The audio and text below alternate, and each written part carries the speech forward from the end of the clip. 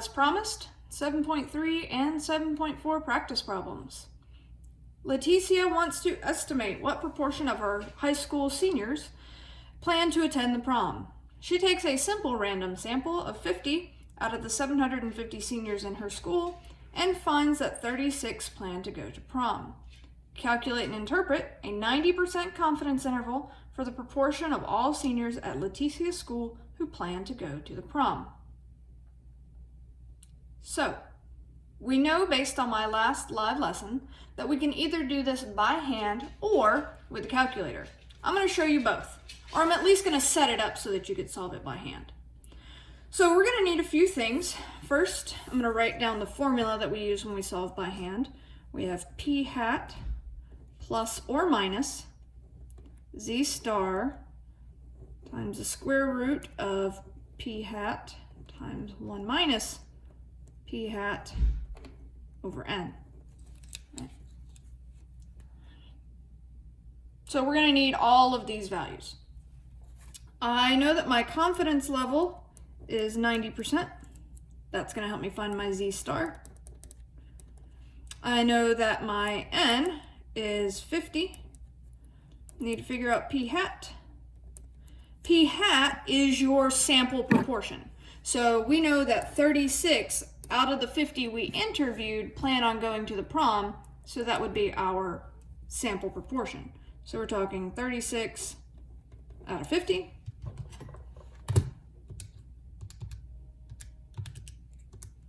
(36 divided by 50 gives me 0.72. That 36 is also our x value, right? It's our number of successes. So, if we wanted to find this confidence interval by hand, we would take p hat, which is 0.72, plus or minus, we need to find our z star. So we're talking about a 90% confidence level, right? And so at a 90% confidence level, we can either remember what our z star value is for 90, because that's a normal one, or we can use inverse norm to calculate it. I just know that for a 90% confidence interval, we're looking at 1.645, so 1.645. So we're going to have 0.72, that's our p hat, plus or minus z star, which is 1.645, times the square root of 0.72 times 1 minus 0.72 all over our n, which is 50. So if you're calculating this by hand, right, I'm going to start up here. So we do 0.72 times 1 minus 0.72. And so we'll have 0.72 plus or minus 1.65. And then I'm going to go ahead and I'm just going to go ahead and calculate this entire square root. So 1.72 times 1 minus, or 0.72 times 1 minus 0.72 was 0.2016 divided by 50. And then we take the square root of the answer. So this part right here is 0.063. Okay. And then multiply that times 1.645, my bad.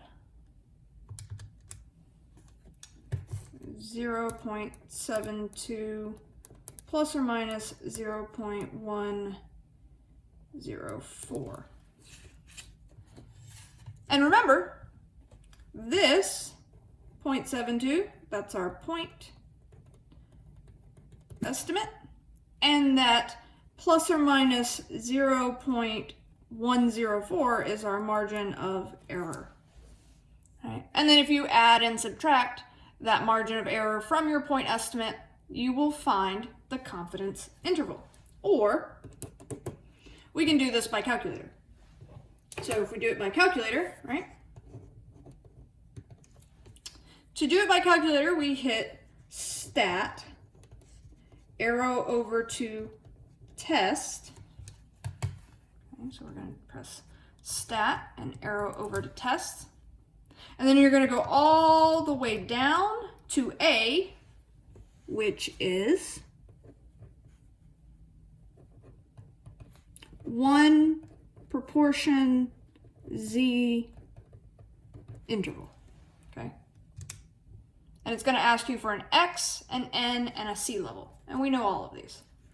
Our X is the number of successes in our sample. That would be 36. Our N is 50. And our C level, 90. So 0.9. So we're going to put that in the calculator. We're going to put in 36 for X, 50 for N, and 0.9 for C level. Hit calculate, and there's your interval. So we have 0.6156 to 0.8244, and this would be your confidence interval. Now it says calculate and interpret. So when we are interpreting, we can say we are 90% confident that the true proportion of seniors who are going to prom